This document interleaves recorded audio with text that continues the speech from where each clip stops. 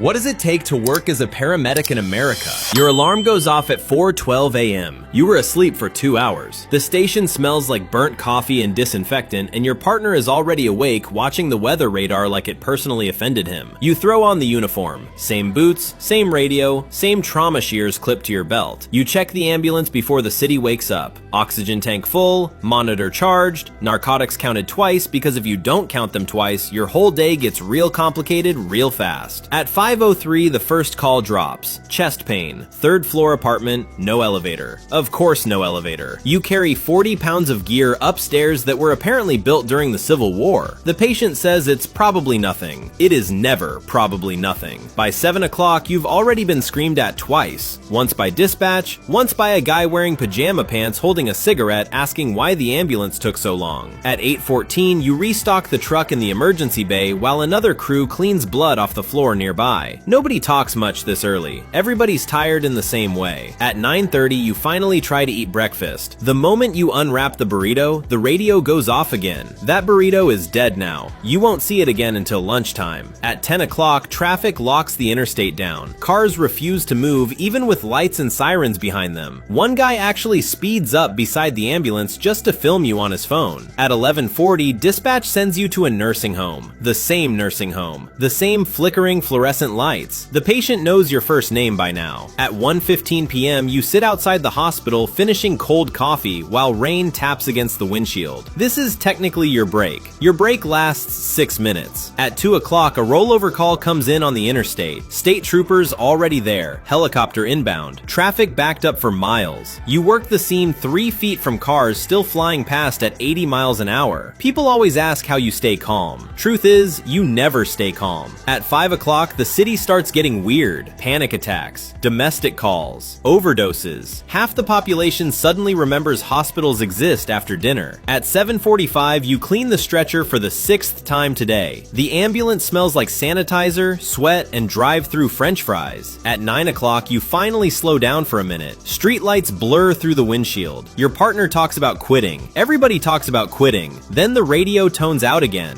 Difficulty breathing, middle-aged male, possible heart failure. So you go. At 1:12 a.m., you restock the truck again under fluorescent bay lights that make everyone look half dead already. Tomorrow morning, people will wake up alive because you showed up tonight. Most of them will never know your name. You do it again anyway.